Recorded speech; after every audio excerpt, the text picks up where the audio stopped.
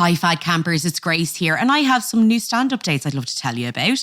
If you're based in the UK, I will be doing some dates in July and August and I'd love to see some of you there. I'll be in Leeds doing a work in progress with Amy Annette on July 4th in the Hyde Park Book Club. I'll be in Brighton on July 6th with Alison Spittle in the Comedia Comedy Club, and I'm going to be doing my own work in progress show in Glasgow on July 12th at Good Egg Comedy. Also then, I will be at the Edinburgh Fringe, of course, for the entirety of August, from July 30th to August 24th. I'll be at the Assembly George's Square, the Crate, 10 to 3 every day. Would love if you could tell anyone you know who's going to be at the Edinburgh Fringe to come see my show. I'd really appreciate it. Thanks, guys. This show is part of the Head Stuff Podcast Network. What's the best way to reduce? Eat plenty or starve yourself? 30 pounds in just 18 weeks. Jenny Craig totally worked. I love to eat, but overeating made it impossible to lose weight. My body wants bread, and I'm gonna give my body what it wants. Oh my God. So I lost Naturally. Medical studies prove that overeating is the number one reason for weight gain. If you need to lose weight, use safe and natural ways away and bring your weight down without the use of the Welcome to Fad Camp, a podcast that throws a comedy eye over our societal obsession of diets. Now, a little disclaimer, we are not health experts, but we are fad diet connoisseurs. I'm your host, comedian Grace Mulvey. And I'm your co-host, Conor Dowling. Welcome to Fad Camp.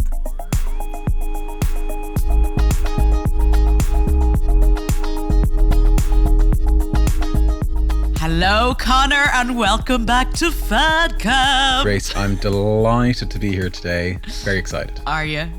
Well, you're not matching my energy. I came in strong there, a bit too strong as you.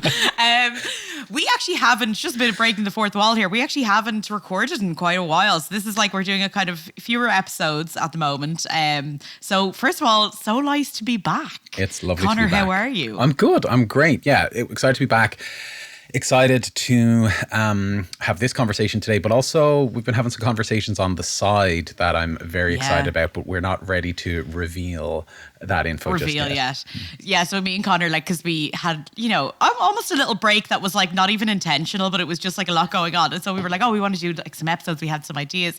And the funny thing is, all of our phone conversations, it's very frustrating when we do record phone conversations, they end up being like a few hours. Oh my gosh. And then we end up it's almost like an episode. Yeah. And then we're like, well, we could have just recorded that. Yeah, that was an epic episode. That we just had that will never see the light of day, unfortunately. Yeah, I know. Sorry, guys, but you're almost not getting that bonus content because it's off mic.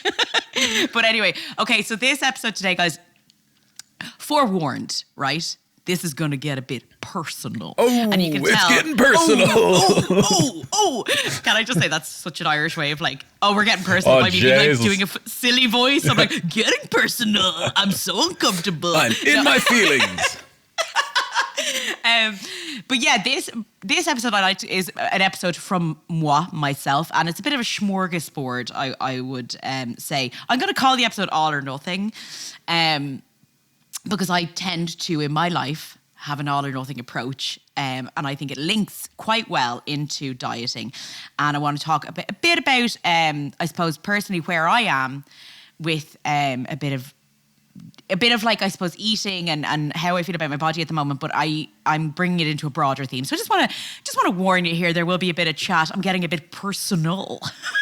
And right now I'm watching Conor on the camera be like, oh God, where is this going? I was going to say, so get the popcorn ready, folks. Yeah. She's ready to talk. Yeah. Okay, so first of all, I just want to talk a bit about perfectionism. Okay. Conor, what do you know about perfectionism yourself? I feel like... Yeah, I mean, I think it's partially in the name, wanting things to be perfect. But I think the sort of hidden side of it is that it leads people to a lot of like procrastination and self-sabotage and kind of like, because if nothing's ever good enough, then how can you ever kind of finish something? That's like kind of one way of looking at it. But I think that would be kind of one aspect of it, and then I feel like it probably manifests in lots of ways for people. Yeah. A great answer, Conor. Look at you, it's like you're a male version of AI. I'll take what is perfectionism for 500. Thank you, Alan. Perfectionism in psychology, just to give you like the definition, is a broad personality trait characterized by a person's concern with striving for flawlessness and perfection, and is accompanied by critical self-evaluations and concerns regarding others' evaluations. Perfectionism is generally driven primarily by internal pressures, such as the desire to avoid failure or harsh judgment. Perfectionists set unrealistic high expectations for themselves and others. They are quick to find fault and overly critical of mistakes, particularly their own mistakes. They tend to procrastinate, as you mentioned, Conor, a project out of fear of failure, or they shrug off compliments and forget to celebrate their successes. Now, do you think that perfectionism, when hearing that definition, does it remind you of anything about diet culture? Oh, absolutely. I mean, yeah. And it's so funny when you hear it defined like that. I'm sure there's probably a lot of people listening to that going, oh, I never would have thought of myself as a perfectionist. But when you hear it in those terms, you're like, yeah, oh, wow. Okay. That's a whole other way of kind of like looking at it. But yeah, it's very much, it goes hand in hand with diet culture. I mean, I think diet culture phrases almost like pick out. If anything, I think a lot of people who take part in a lot of diets are perfectionists, because we see good eating, bad eating. Are you off plan or are you on plan? It's all very like black and white. And that black and white thinking really is an all or nothing approach. So thinking in black and white, like, kind of arranges the world into extremes, good and bad, yes or no. It's basically absolutionist kind of thinking. And actually, I was reading some studies about it, which I found really funny, that, kind of absolutist thinking is linked to eating disorders and other disorders such as borderline personality disorders, and at the most extreme cases like suicidal ideation. It also has a real link with ADHD, which I didn't consider, but I feel like I'm hearing a lot about ADHD. A lot of people for the first time thankfully are able to get like diagnosis and stuff like that. Yeah. But when I saw the fact that eating disorders kept coming up, when I looked into perfectionism or like that kind of all or nothing approach, I was like, well, actually, like the whole dieting culture, or the way that we're clean eating, or the way that we're meant to think about the way we should live our lives in terms of like food, is really linked to perfectionism. I just wanted to mention one study before I kind of go into why I'm bringing this up today. In an article in Clinical Psychology Science, two researchers explained that a shift in focus to how we think rather than what we think can provide greater insight into possible cognitive mechanisms underlying affective disorders. So what they're basically saying is that it's not actually what we think sometimes, but how we're thinking it. So that all or nothing approach really actually does affect us when it comes to how we view our eating patterns, the way we talk to ourselves about it. And the fact that then if you're a person who's, say, quote unquote, trying to eat healthy, or just trying to eat, like, you're like, I want to focus more on nourishing my body. That is a better approach in a sense, or a healthier approach, to a person who's like, well, I can never eat chocolate again, which is definitely me. Yeah. So the reason I'm bringing this up today, right, and we can go into kind of like how you sort of kind of come out of this at the moment, but the reason I talked about it, because me and Conor were having a conversation probably a few weeks ago now, and I mentioned the fact that I, over the years, have struggled with a binge eating and purging, okay? It would not be classified as bulimia. It's not, I wouldn't be a person who does this like very regularly or anything like that. But over the last few years, since I've moved to London, I had some personal family kind of like illnesses, and my dad has dementia, and I'm very close to him. And when I moved to London, when you move to a new place, I find that it can be anyone who's ever moved to a place on their own, or even with people, it's so hard, like it's such a difficult process. So I relied on food quite a bit, because food is like my favorite thing. And I found I was getting into this pattern, and it wasn't like quite a lot. It wasn't, what's the word? Sporadic. Right. It was so sporadic that you wouldn't, it wouldn't be clinically defined as something, if you know what I mean. But over the last few months, it's kind of cropped up in my life again. And I suppose the reason I wanted to talk about it on the podcast is because actually I felt really shamed. Like, not shamed by anyone else, but shamed by myself, because I was like, oh, I'm letting fad camp down in a weird way, or like that it was something that like I was like hiding. But and what's funny is that I don't hide it, as in like I tell people in my life about it. I talk to you about it. I tell my friends and family about it when it happens. And thankfully, I'm in a really great position. I have a great therapist, and I've talked to her about it. And I'm trying to work through it. And I think the reason I wanted to talk about it is because I don't think I'm the only one who does this. And I think that like people actually might do it and not talk about it. For me, it's like a stress relief. And it sounds so sad to hear myself say that it is a stress relief. But it is, because my comfort is food. It's not anything else. I don't really find comfort in the same way from anything else. I find comfort from people. Like, don't get me wrong, but food is my comfort. So when I'm highly stressed, I sort of need this release. So what was interesting when I was kind of thinking about it, and I was like, oh, how am I going to address it? Like, I need to figure this out. And then I was thinking, we all think this. We all think we're the only ones who do it. And I was like, well, actually, if I talk about it, which I do with my friends and family, I found out that other people do it. And by the way, they are also getting help. Like, I'm not saying it's a good thing. What I'm saying is it's not a good thing at all. And I hope to never do it again. But I have to be so aware of it and figure out why I'm doing this, and why it's obviously something that serves a purpose in my life, you know, and I need to find a way of like it not serving a purpose. But what was interesting in doing a bit of research about this is that I, for sure, am not alone in it. And by doing research in it, I found kind of for the first time that it does have a definition, Conor. We might have come across this before, but because I just never thought about it about myself, I was like, oh, yeah, I found this online. And I was like, oh, yeah, that is exactly me. Which is, I suppose, why we do the podcast. So there are obviously eating disorders, okay, but eating disorders have a certain criteria. So I never met the criteria, really. I mean, in the past I would have, but not now in the last few years or anything like that. And then I found this on a great organisation's website called beatingeatingdisorders.org.uk. And it comes under, basically, other specified feeding or eating disorders, OSFED, okay? So I'm just going to give you a bit of a rundown of what it says here on their website. So anorexia, bulimia and binge eating disorder are diagnosed using a list of expected behavioural, psychological and physical symptoms. Sometimes a person's symptoms don't exactly fit the expected symptoms for any of these eating disorders. And that's when they would come under other specified feeding or eating disorders. And it's actually really common. So OSFED, I'll call it, accounts for the highest percentage of eating disorders. And anyone of any age, gender, ethnicity or background can experience it. So I'm going to show you, it's kind of an umbrella term. And people diagnosed may experience very different symptoms, okay? So just to show you like some of them that are in there.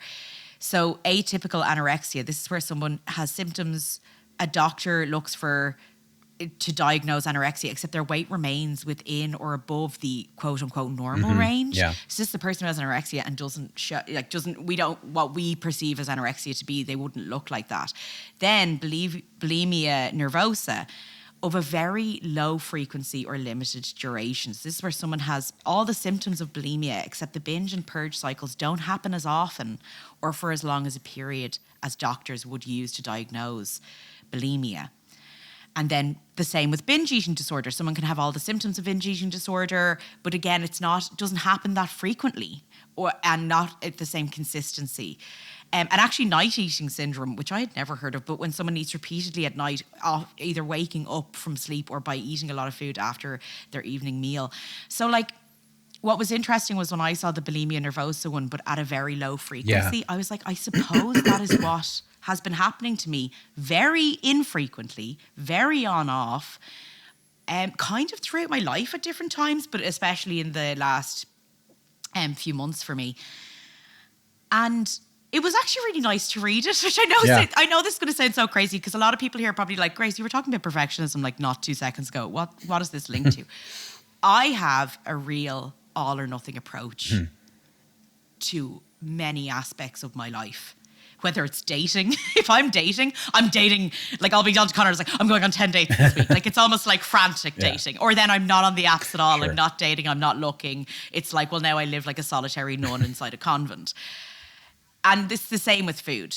I have always had this thing of like, if I am not eating a certain way, then I am absolutely like, I'm like a bull in a china shop. I'm sort of destroying everything. I'm ruining my life. And I have the same thing. I've been trying for a long time to control chocolate because I love chocolate. I just love it so much. But it is the thing that I easily binge on. Mm-hmm. So I cut it out of my life. And of course, what happens? I don't know if you've ever seen that scene in the film Chocolat. But you know, the guy who like works in the church and he's been like on Lent for the entire time and he gets like a touch of chocolate and he destroys the shop. That's me, baby. And, you know, the thing that I kind of in the last, I suppose, few weeks I've been working with my therapist about is about how do I undo that sort of mindset? Mm-hmm. Yeah. Because I think that mindset affects so many people who in different parts of their life and how we think about ourselves. And that's a bit about, I suppose, what I'm talking about today is that in order for me to be able to, I suppose, that, you know, stop this cycle I've been on and actually have no shame about it, and is to talk about perfectionism, how we work through perfectionism. And also that even though I'm a person who goes on a podcast and can relay all the facts about diet culture and everything like that, I just felt so bad that I was doing this. And then I felt real shame about it. And of course, what does shame do? Yeah. Sure, listen. Well, here's the cycle again. Yeah. You know. I mean. And I was like, I'm going to talk about it. Even though I do find this, I've been barely looking at you in this thing while I've been talking here. I do find it really uncomfortable. But because it's happening now, like we've been able to talk about diets when they've happened ages ago. Yeah. But this is happening right now to me. Yeah, and I just find that hard to... Sorry, well, I'm not even getting emotional, but I find it hard to... kind of... I suppose I'm like, I hope no one listening to this feels let down, you know, that I would have done this. But also, the reason I'm talking about it is I think a lot of people go through it. And it's okay if you talk to people about it. If you can get help, great. If you can go to your doctor, fantastic. And there's nothing wrong with you. You know what I mean? Yeah. Oh, Grace. Like, I mean, I'm getting emotional, like seeing you and hearing you, you know, but I feel like everyone's going to be listening to this, like nodding along, totally understanding. Like, I mean, you said a lot there, and there's a lot of things that I kind of wanted to. I know. No. Sorry, I went on an absolute rant. Don't be sorry. Conor's like, you actually spoke too much. That's all we have time for today, folks. Actually, no. But it's just I wanted to hear what you have to say and kind of like let you speak, but also like kind of make a note of like things to kind of things to respond to. And it is really hard, and I think what you touched on about the kind of like the fad camp of it all, and this is probably one of the things that we would talk about like when we're not recording, but it's like, you know, we know that even though we do all of our research and have this kind of stance, like that's sort of like, you know, anti-diet and against diet culture and all of that, we know, and we've said before, that we're not immune to the temptations of diet culture. Like, I'm sure every other month, I'm sure you and I at one point go, should I go on Ozempic? Like, I mean, you know, like everyone else is fucking doing it, you know. So we're not immune to the kind of the temptations of it, you know, the potential kind of fixes and stuff. But that means on the flip side that we're absolutely not immune to the struggles of it. You know, and that's where all of this came from. That's where this show is a reaction to those struggles. Like, you know, so, you know, we absolutely get to, you know, be satirical and, you know, analytical about what people are trying to sell us, and also have our own human experience of being in a body, struggling with diet, exercise, self-image, all of those things, just like all of our listeners do. And let's face it, all of the people who are trying to sell us these products, you know. Do you know what's so funny is, like, the more I think about it as well, I'm like, sometimes I look at the people trying to sell you the stuff and I'm like, oh, you poor thing. Yeah. Because actually you're as stuck in this cage as we are. You've turned the You know all what I or mean? nothing into your entire personality and now your career as well. And, you know, so long as you can kind of keep this facade or this persona going, you might feel like you're okay. But as soon as you hit a roadblock or it stops working, then you've got nothing. You know, but like I think as well, you know, I also understand what you're saying. Like it is really interesting to hear about the classification for, you know, what you're experiencing. Yeah. But I think the fact that it's so interesting as well because you're like, I'm an all or nothing person. I'm a perfectionist, and I was having all these struggles. But like, you know, it wasn't like extreme. Like it wasn't like really bad. Like it wasn't like, you know, 100% bad. Like, you know, because in your all or nothing world, like, there's no room for gray area. There's no room for kind of like something in the middle, you know? So, and just because it's not the absolute extreme, you know, disorder that someone could have doesn't mean that there's not suffering and that there's not a problem and there's not something that can be addressed, you know? And if anything, you know, it's great that you're talking about therapy as well, because like, I think we live in a society where, particularly like coming from Ireland and stuff like that, it's like, you know, people only go to therapy once they've hit that extreme, once they've hit the, I'm at the absolute end of my rope.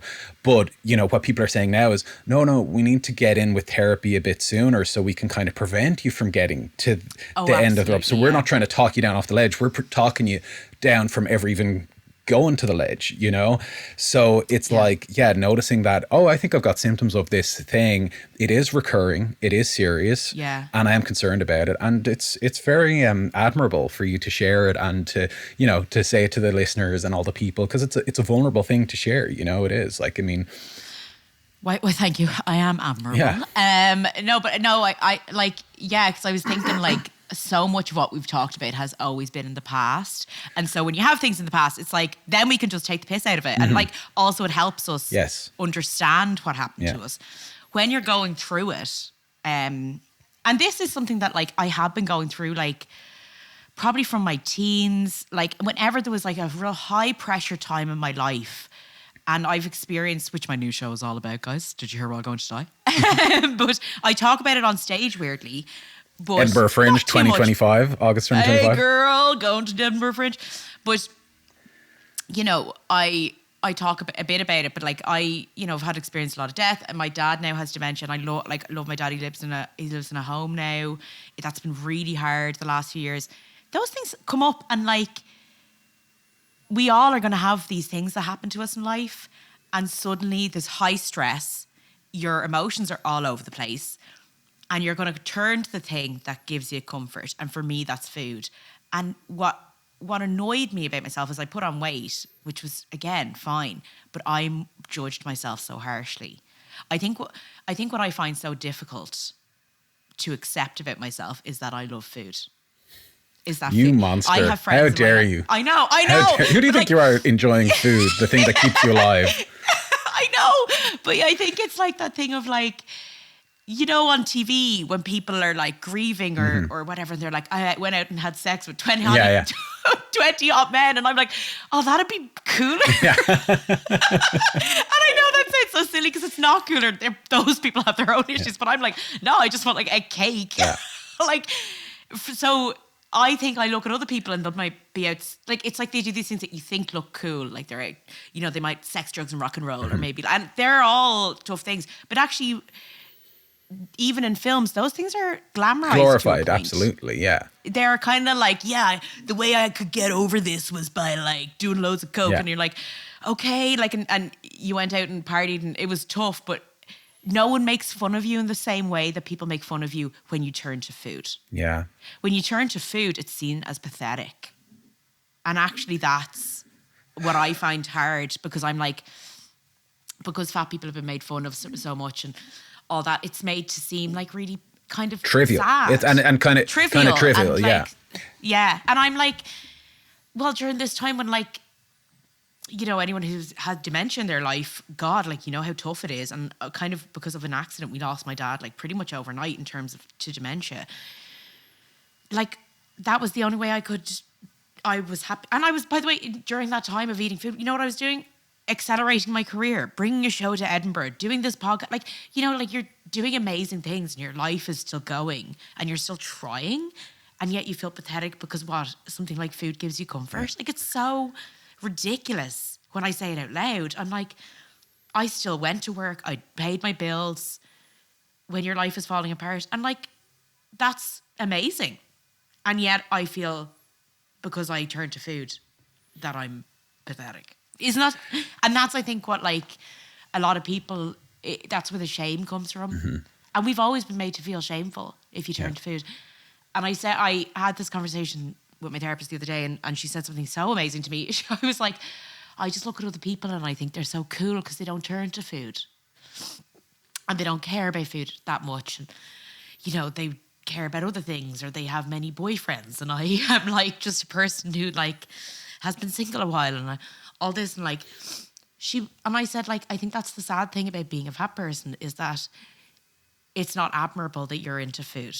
But when you're thin and you're a foodie, and this is a generalization completely, but it's almost like, oh, isn't she a great eater? Or isn't he a great eater? Oh my God, he loves food so much, but he gets to look like that. And that's like, it's taken away from you the joy of food or the fact that even this is a part of your personality and it's a fun part of your personality.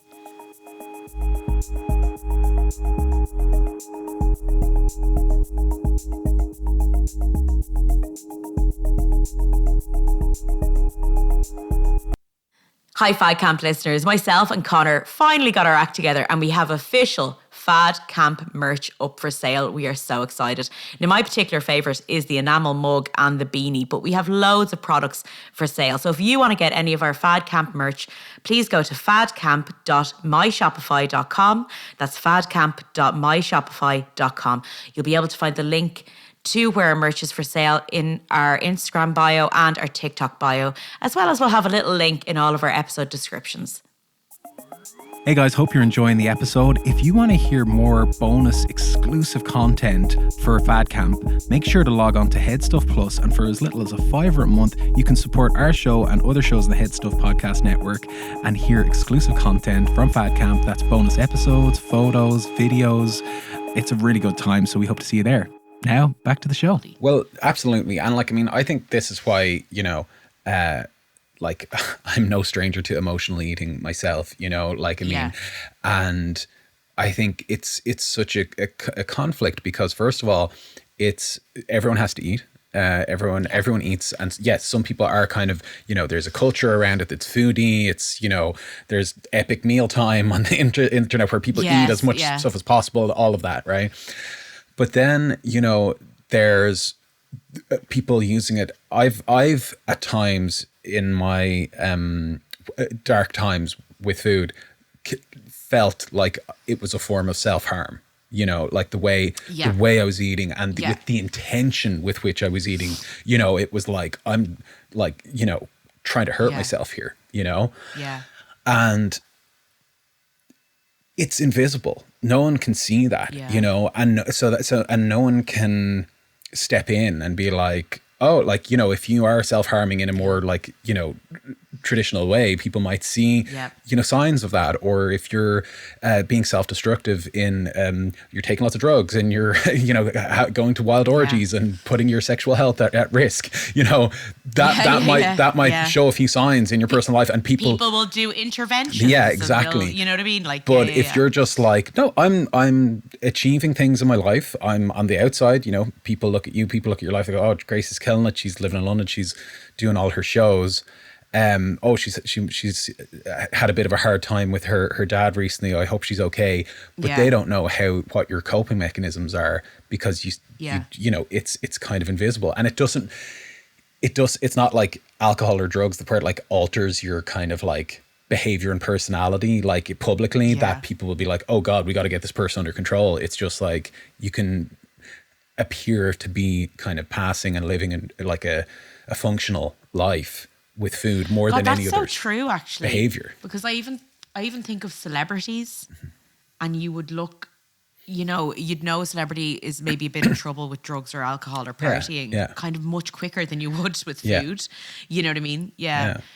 And I agree that food can be harm, and which is, by the way, binging. Yeah. That is a harm. You know what I mean? And the purging, that's harmful. But I think that's why I'm at the moment talking about it, because I was like, the only way I can undo this is through therapy for me anyway. For other people, obviously there's loads of, there's organizations in your area, your local area. You can go to your doctor, whatever way there's you the can. Atkins diet, which is really effective. No, I'm joking. And we're like, and we have this new 30-day plan. Like, imagine I was like, real, like, but you know what I did, Conor? Yeah. So I got a slow cooker and it changed everything. Okay. And actually, you can use with this affiliate link. But what I found very useful actually was my therapist said to me, where's the bit of joy in it? Like, because you feel such shame around food, actually, you kind of need to try repackage it into joy, which is like this whole Monday to Friday now, I can't have this, I can't have that, but on Saturday, maybe I could have this. Yeah. And actually, every day of the week is your life. So like today, right, lads, it's a Monday. Every day of the week is your life. That sounds like that's going to be like the next Tuesdays with Maury or something. It's like, you know what? I'm just dropping little fucking truth bombs Oprah's here. book club, anybody? Stop. I'll come out with the big fucking thing of fat in a trailer or whatever. But she was like, I think you need to focus on bringing a bit of joy into every day of your life instead of this weird, she didn't say weird, but this sort of like all or nothing thing. Yeah. Like, why does it have to be all or nothing? So now I'm just focusing a bit more on trying to bring like a little bit of joy. So it's a Monday here, lads. And I, like on a Monday normally now, and I wouldn't go near something I really enjoyed to eat because that'd be mad. It'd be mad on a Monday. You couldn't do that.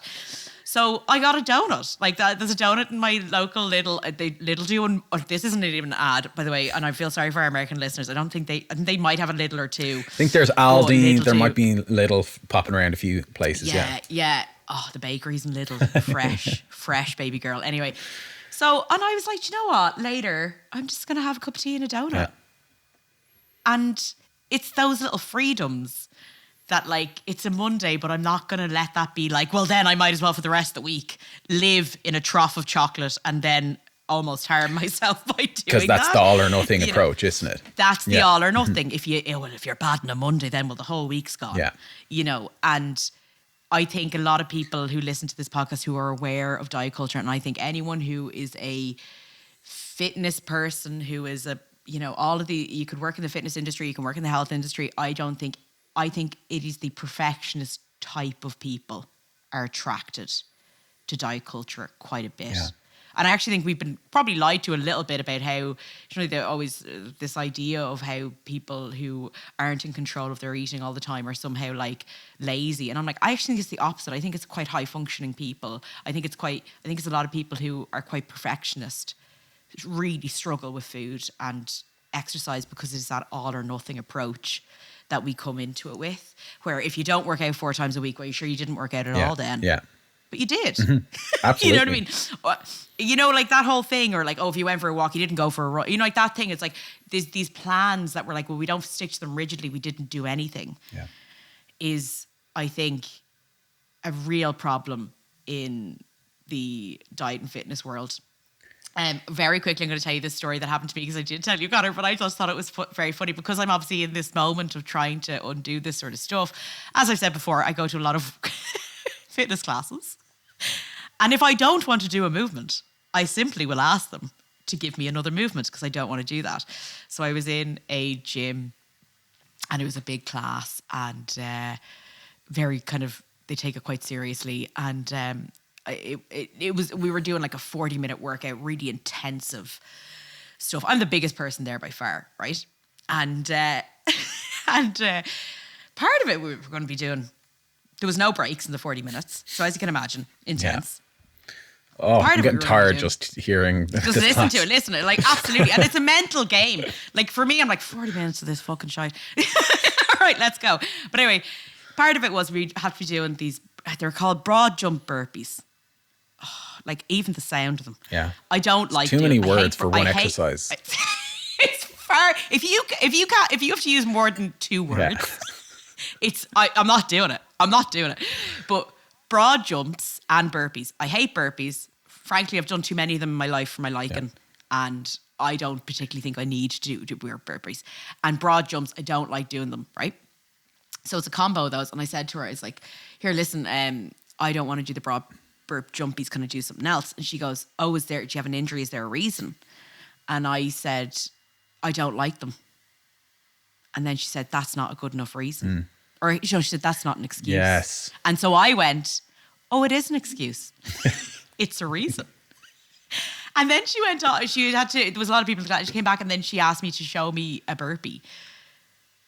And I did a burpee in front of her and she corrected my burpee, which is fine. And then she was like, so just do burpees. And I just went, okay. And then I just didn't do them. And I moved on to the next movement. I just stopped. I wouldn't do them. And what was funny was I found other few people doing that as well because it was such an intensive workout that by the end, there was just too many of those stupid, and they just started, like me, kind of moving on to the next thing. And I wanted to have a conversation with her after, and I kind of chickened out, which I was disappointed in myself that I chickened out, not to go up to her and go, you know what, actually, like I'm being nice here. What I wanted to say to her is like, I voluntarily come to this class. I paid to come here. If I say no to something, no is a full sentence. I don't need to provide you with an excuse. Like, I don't actually need to tell you why. Like, I can tell you I have an injury. If I have an injury for something and you're like, do you have an injury just to, in case, I don't mind that. But her being like, that's not an excuse. I'm like, you're not my teacher in the sense of like, I'm not in school here. I have an injury. It's called none of your business. You know what I'm saying? Like, yeah. But I found that interesting because I think for her, again, I would imagine she has a very all or nothing approach to that class where she's like, I've set this up. And I'm like, listen, if you can't give me another movement that does, it doesn't have to do exactly what a burpee or a broad jump does, but something around that, then actually there's a problem with the fitness industry, not with me. Well, I'm sorry. Look, I'm going to be the one to say it, but like, in her mind, she goes, oh, well, this is why you're not like, this is why you're fat. This is why you're not thin like me or whatever, right? My message to the personal trainers is, right, if someone has an exercise that they can't or won't do or don't want to do, if that's the difference between them taking the class at 90% or bailing on the class because they feel like they're not welcome or they feel like they might actually hurt themselves or they might just be too fucking, bollocks to come back, then I would keep them in the class. I would do everything I can to go, oh shit, okay, well, what are we got to do to keep you here? And you know what? Maybe if they feel really welcome and they feel like, oh, I can do this class at like 90% power, maybe they stay on and they go, actually, you know what? I feel like I'm ready for that broad jump burpee or not. They don't have to but like you're going to get more people coming back and enjoying the class. Exactly. And here's the thing, enjoying. Because guess what? Am I going to keep coming to a class that feels like a torture chamber to me? Or am I going to keep coming to a class that's enjoyable? Because I go to that class, you know why? Because I have some friends there and it's great crack. We have a good time. I don't, like, again, what am I training for? Yeah. I'm not going to the Olympics. You know what I mean? I'm just trying to be fit over here and keep my body, to me, like, healthy enough. I'd love to just have a bit of muscle. But like, I'm not going to be doing that every week if it's just hell for me. Yeah, and that is all or nothing again. It's either I'm doing this Olympic level training routine or I'm not going at all. It's like, no, give me I'm not even looking for the 50% version of this. I'm looking for like pretty much the whole thing, but except for one thing. All I asked is like, is there anything else I can do instead of that movement? And all I'm getting is that's not a good enough excuse. Again, what excuse, man? I felt like going to why do you think I'm here? Yeah. Like, do you think I'm here because I'm like I wouldn't mind if I was like playing, I was an athlete and I was playing like a professional game and they were like, you must do this movement. I get that. But I was like, but if I don't have to do it, then maybe there's something else. It was just a thing that I was like, coming up against that all or nothing approach. I was like, oh, right. Actually, this doesn't suit me anymore. And it's gotten me to a place that like I'm trying to work out of. And I do think it's kindness and compassion that gets you out of, I think, for me with therapy, the situation I found myself in, which is that I'm just trying to find a bit of joy every day in my life. And if some of my joy comes from food, I just don't want to feel shame about that anymore. And actually, it's just part of who I am. This is a part of life I really enjoy. And I'm just so sick of feeling bad about that or shame about it and then keeping it a secret. I'm just going to be like, this is just what I find enjoyment from. I don't find it the same way with, say, alcohol or partying maybe, but like, not really that person anymore. Like, this is where I find the most enjoyment. I love being around. My dream is being around a big table of my friends and family with some gorgeous food, and sure, a glass of wine wouldn't kill me either. But you know what I mean?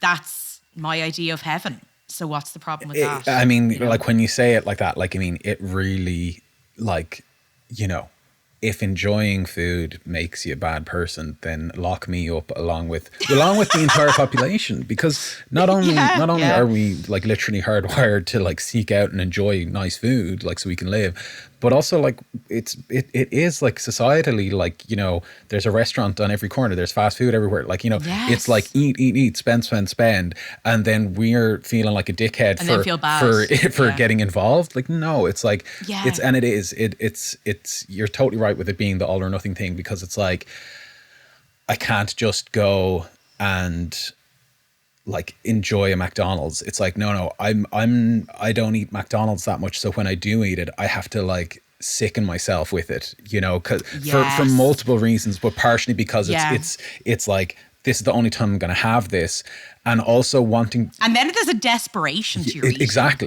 when something like that happens. Yeah, I think in the anti-diet, Chrissy Harrison mentioned a term called, I think it's probably in a similar kind of family, and it's like the Last Supper mentality. And I think that kind of comes into play, because like if you're on your diet, let's say, or like, you know, when I say on your diet, I just mean being a fat person and dieting for your entire life, like every day. Every day is a fucking diet. Which is just your every day. Think about what you're eating, what's your calories, think about how much you weigh, what you look, and all that, right? So you're going, oh, well, I shouldn't eat that because like I don't want to put any more weight, and I actually ate a, like, you know, healthy breakfast and lunch or whatever. But then you have a piece of chocolate, and then you go, oh, that kind of, you know, the perfectionism kicks in, that kind of ruins my whole day worth of healthy eating. Feck it, sure, I'll have the whole bar or I'll have the whole pizza and add on a few extra bits. Now I feel, you know, sick or unwell and ashamed because I messed up my plans.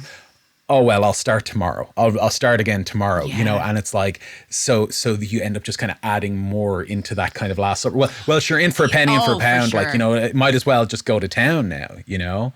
Sure, Conor, I mean, I wonder how linked the all or nothing approach is to a Sunday night. Oh, totally. Now, like, for anyone listen, I think a lot of the world is really, you know, Monday to Friday is your weekday, Saturday, Sunday, your weekend. And I find if anyone who's ever been sort of like, you know, I'll be good now Monday to Friday, Saturday creeps in. You might start out with like, oh, maybe a nice thing with brekkie. By Sunday night, you're so panicked because you know you got to revert back to Monday morning. Yeah. The stuff you're eating is unhinged. I know. Unhinged. Stuff you don't even care. You're too full to enjoy. Yeah. Probably weirdly, like, because this is a Monday night, last night, because I've been again trying that joy thing and bringing food more. It was probably the first Sunday I haven't been like, you know what I mean? Sort of like, got to get everything in. Yeah. I've been much more like, well, sure, like tomorrow I'm going to get myself a nice donut. So, you know. Am I hungry? No, I'll go to bed. You know what I mean? It's not that this is me for life. I know this is an ongoing thing and I'm trying to work through it. I think it's that Sunday night mentality is part of the all or nothing, is part of the perfectionism. Absolutely. Like, I mean, and even back when I was doing the slow carb diet and the cheat days, like, he was coaching this kind of behavior, you know, this literally like, you're like zero room for error Monday to Saturday, let's say, and then Sunday you're going to go nuts. And he would, like, you know, encourage you to really go crazy. And he would also say, like, during the week, you know, if you're going about your week and you're like, oh, I kind of fancy a sandwich or a donut or whatever, you know, people are like, don't eat it then, save it for your cheat day. So then by the time it gets around to Sunday, you've got this shopping list of nachos and donuts and all the things that even if you had just eaten them kind of, you know, as you fancied them in moderation throughout the course of the week, you know, it probably wouldn't have made much of a difference to anything. But now you're piling them all into one day, and then and if anyone saw, by the way, a shopping basket of mine on a Sunday, they'd be like, this woman. Yeah. absolutely. And I remember that. There's a security guard in a shop near me that I'm like, it's the convenience shop that I'm sure is like this woman. Just picking up some party supplies for the kids, you know. Yeah. I almost am like, oh, me and my 14 children at home need to. I'm on a diet myself, of course. Oh, I'll buy this banana actually. Now that you mention it. Yeah. Just to balance it out, a bit of fiber. Yeah. It's no, and I completely agree. It's that thing of like, if we, and also what is it about us as adults? Why don't we allow joy into our day? What is it that we have to be told we're allowed to have a bit of joy in every day? Well, whatever your pleasure is, and it's pleasure. And I do think that there's some cultures that deal with it better, a bit like, I suppose, and this is again a broad statement, but the Italian culture tend to deal with kind of food and alcohol and like this idea of pleasure being in the everyday. And to me, it's interesting because I saw a quote actually from one of our favorite filmmakers that I just wanted to bring up because we just obviously did an episode on The Substance, right? Yes. And Carolee Fargeet, I think, is that how you say her name? But she had an interview, obviously, and she kind of just the screen grab from the title of the interview was about Ozempic, and I just thought it was interesting. Yeah. Here's a quote from her, and I thought this actually really helped me in the last few weeks. She says, "Every age has its own perfect. Now there's Ozempic. Before we had amphetamines. Every culture has its own standard of what is valued, but it's always the same violence, and it's a trap. And it's not going to solve the way you can have a fulfilling relationship with the world. To me, it's not something you can fight on a personal level. The whole world has to change to make you at ease. I believe that it's a fight you can't win on your own."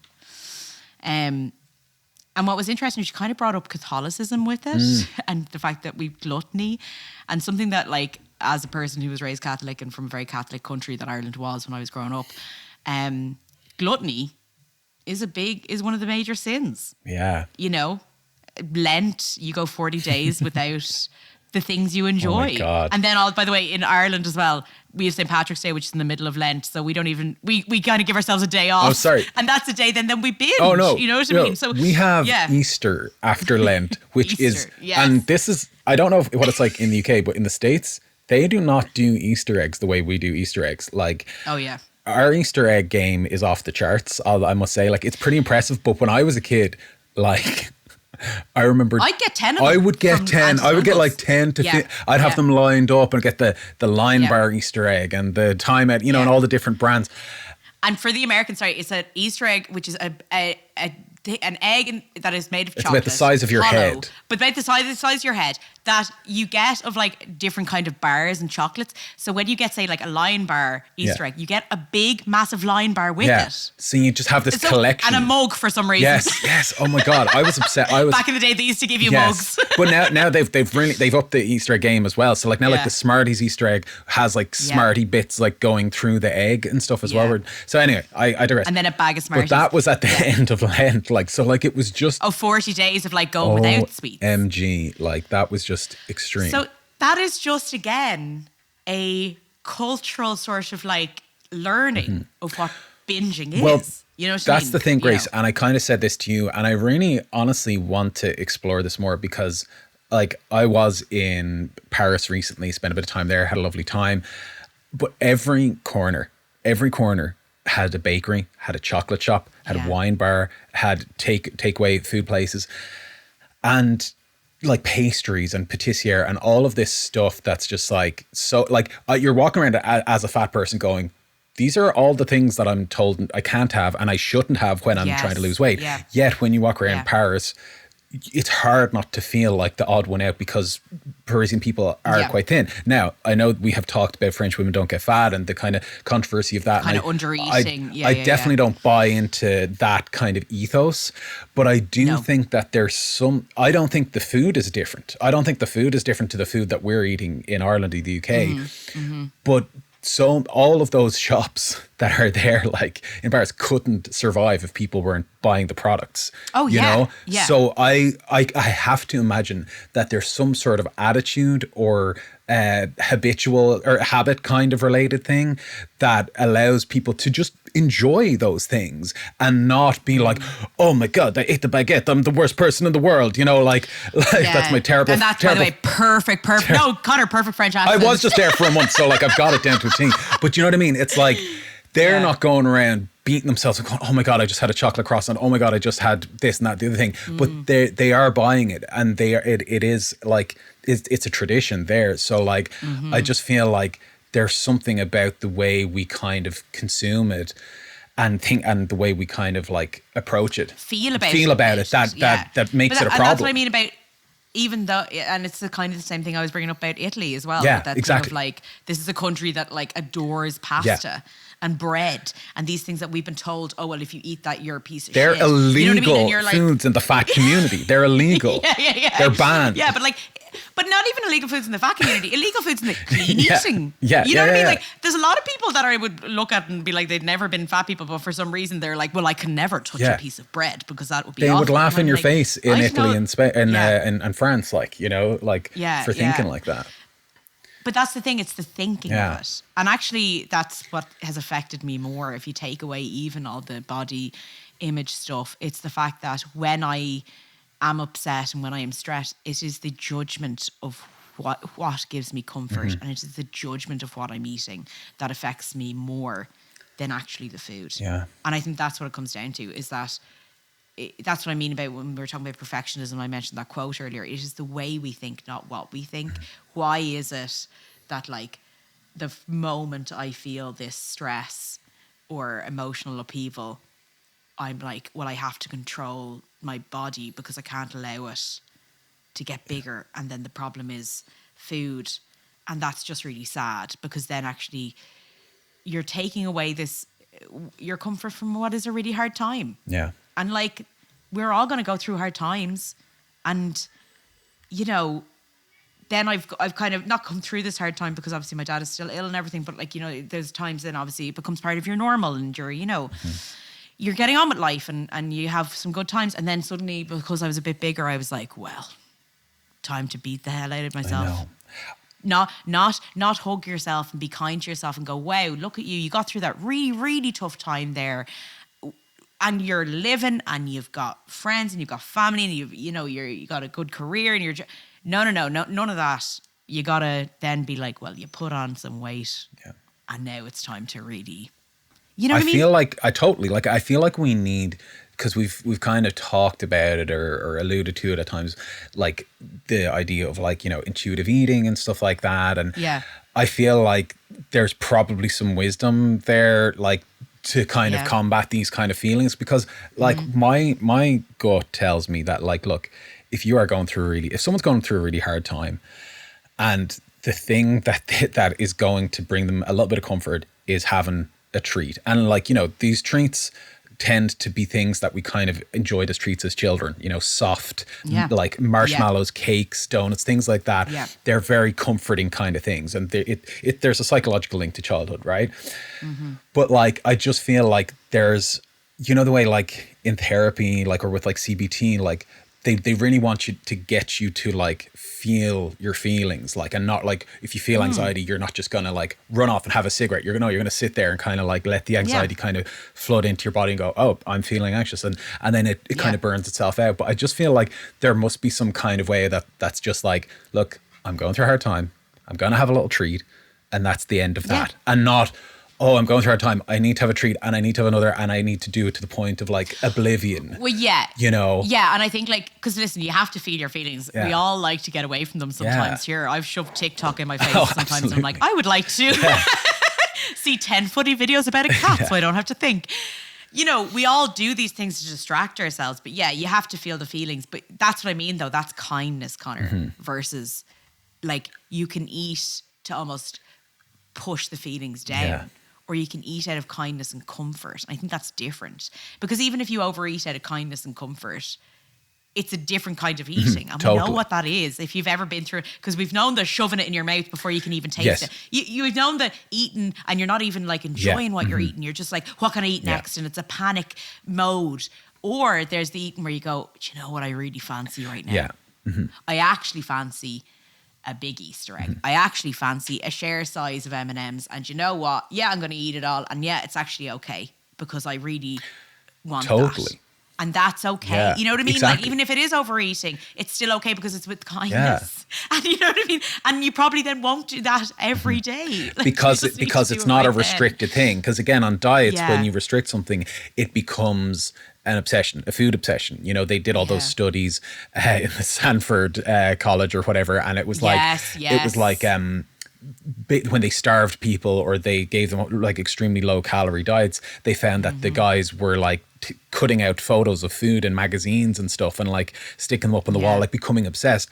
So it's like if you have this kind of restriction around like, you know, the treat kind of things, then you're more likely to overindulge on them as opposed to like, because like, you know, I kind of have a feeling we're probably similar in the sense that like a pack of donuts in the kitchen press or the kitchen cupboard is probably like not something that we're like used to, like, you know, at least for me, it's like if there's a pack of donuts in the kitchen cupboard, it's like the telltale heart, you know, like I'm just like, you know, it's like, you know, under the floorboards just like ticking like in The Simpsons. That's what it's like for me. I'm just like sitting there on my computer and the donuts, I can just feel them. I can hear the tick vibrating, radiating through the house, you know, whereas other people who don't have that same kind of overeating or comfort eating kind of, you know, habit or coping mechanism, whatever it is, they don't. They had their donut and that's just like, it's like having extra fucking, you know, cereal or toilet paper in the cupboard, you know, that it doesn't register, you know.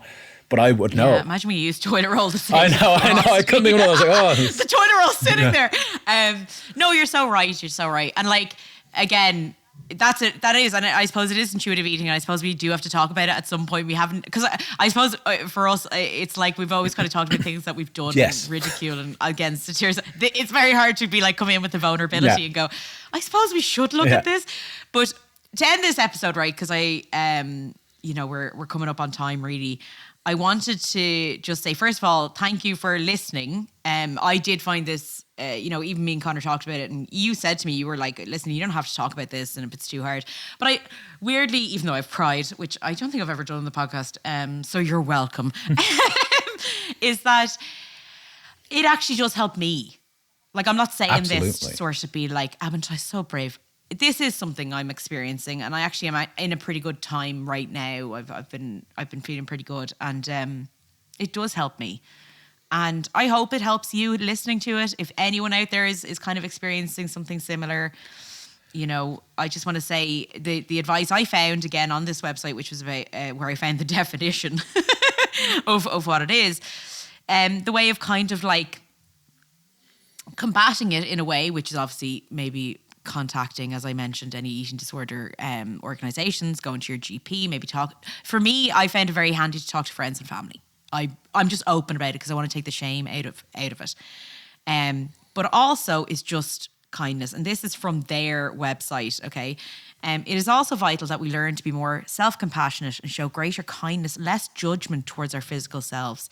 Fostering greater self-compassion can help us lower rigid thinking and perfectionist behaviours. Over time, reducing self-judgment can help protect us from eating pathology and allow us to be more accepting of ourselves and our bodies. Thanks for listening to this episode of Fad Camp. As always, we want to thank our producer, Darren Lee. If you enjoyed this episode, please feel free to review us on iTunes, Google Podcasts, or wherever you listen to your podcasts. Great ratings and reviews really help more people find the show, and it would mean a lot to us. Make sure to share the episodes with friends and family or on your social media. Every listen helps. And we absolutely love hearing from our listeners, so please get in touch with any of your diet stories on fadcamppodcast@gmail.com.